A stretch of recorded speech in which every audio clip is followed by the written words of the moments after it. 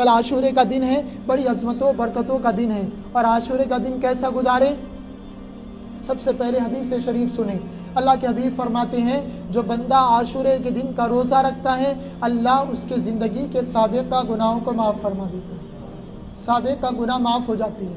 اب عاشورے کا روزہ اللہ کے حبیب نے فرمایا، مدینے میں آئے تو یہود کو روزہ رکھتے ہوئے دیکھا، پوچھا تم روزہ کیوں رکھ رہے ہو؟ کہا اس لیے کہ ہمارے نبی حضرت موسیٰ علیہ السلام کو اللہ نے فرعون سے نجات دی تھی، اس لیے ہم عاشورے کا روزہ رکھتے ہیں۔ اللہ کے حبیب نے فرمایا ہم زیادہ حقدار ہیں حضرت موسیٰ کے، اس لیے ہم عاشورے کا روزہ رکھیں گے۔ اللہ کے حبیب نے فرمایا کہ یہود و نصارہ سے تشبیہ نہ ہو، اس لیے 9 کا روزہ رکھو، پھر 10 کا رکھو، یا 10 کا رکھو یا 11 کا رکھو، 3 میں سے 2 روزے ملا دو۔ اگر آپ نے آج کا روزہ نہیں رکھا ہوگا تو کل کا عاشورے کا روزہ رکھیں اور 11 کی روزہ رکھنے کی نیت کریں۔ یہ ایک بات۔ دوسری بات یہ کل نفل نمازیں ہیں، شب عاشورہ کی بھی نفل نمازیں ہیں، سحری میں اٹھے تو تہجد پڑھیں، چند نفل نمازیں۔ نفل نمازوں کے بارے میں ایک بات ذہن نشین کریں، نفل نمازوں کی نیت نفل کی ہوتی ہے، نیت نفل نماز کی۔ اب آپ چاہے 5 مرتبہ سورہ قل واللہ پڑھیں، 25 مرتبہ پڑھیں، 50 مرتبہ پڑھیں۔ 4 رکعت نفل نمازوں کی بھی روایتوں میں آیا ہے، بزرگان دین نے فرمایا 4 رکعت نفل نماز پڑھیں، ہر رکعت میں 5 بار قل واللہ شریف پڑھیں۔ اس کے بعد 100 مرتبہ درود شریف کی روایت بھی آئی۔ اس طریقے سے کل آپ آئے، ہمارے یہاں کا رواج ہے کہ صبح 10 بجے مسجد میں سب آتے ہیں، نفل نمازیں پڑھتے ہیں۔ یاد رکھیں 2 رکعت کر کے 4 رکعت نفل نماز۔ اس کے علاوہ 4 رکعت نفل نماز ایک سلام سے بھی ہے جس میں 25 مرتبہ قل واللہ شریف ہے۔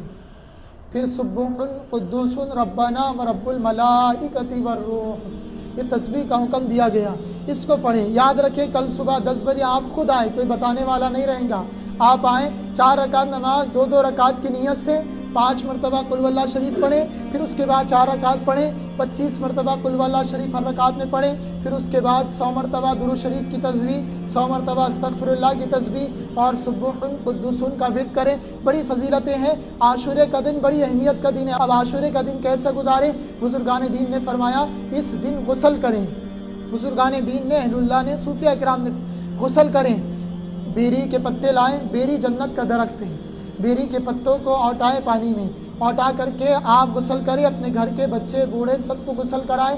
جو غسل کرتا ہے بیری کے پتوں سے عاشورے کے دن اللہ اسے ہر بیماری سے شفا عطا فرماتا ہے۔ اور اس دن اپنے دسترخوانوں کو سجائیں، سواریں۔ آپ دیکھیں ہمارے اسلاف کا طریقہ تھا، روڈ بنتے، چونگے بنتے، دودھ کا شربت بنتا، یہ بڑی حکمتیں تھیں۔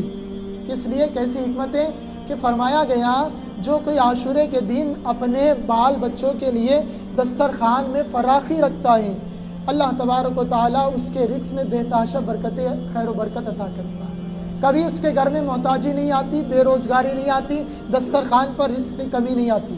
بڑے محدث حضرت سفیان ثوری رحمۃ اللہ علیہ، آپ فرماتے ہیں میری زندگی کا 40 سالہ زندگی کا تجربہ ہے، میں عاشورے کے دن میرے اہل و عیال کے لیے دسترخوان کو سجاتا، ایک سے ایک پکوان بنتے ہیں، تو اللہ رب العالمین نے میرے گھر میں کبھی مفلسی نہیں لایا، کبھی بے برکتی نہیں آئی۔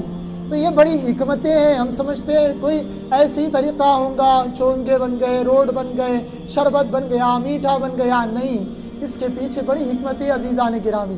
اچھے اچھے دسترخوان سجائے، یہ دوسری بات۔ تیسری بات یہ کسی یتیم بچے کے سر پہ شفقت محبت سے ہاتھ پھیرے، اللہ بہت ساری ثواب اور برکتیں عطا فرماتا ہے۔ چوتھی بات یہ بڑی تیزی کے ساتھ کسی مریض کی عیادت عاشورے کے دن کریں، اللہ تبارک و تعالیٰ اس میں بھی برکتیں رحمتیں عطا فرماتا ہے۔ پھر اور یہ مہمان نوازی کریں، ایک دوسرے کو مہمان نوازی کریں، اللہ رحمتیں برکتیں عطا فرماتا۔ اور ایک بات یہ محدثین نے فرمایا جو کوئی عاشورے کے دن اپنے سے ناراض رہنے والے بھائی بہنوں کو منا لیتا ہے، اللہ ان دونوں کی رزق میں، عمر میں اور برکت عطا فرماتا ہے۔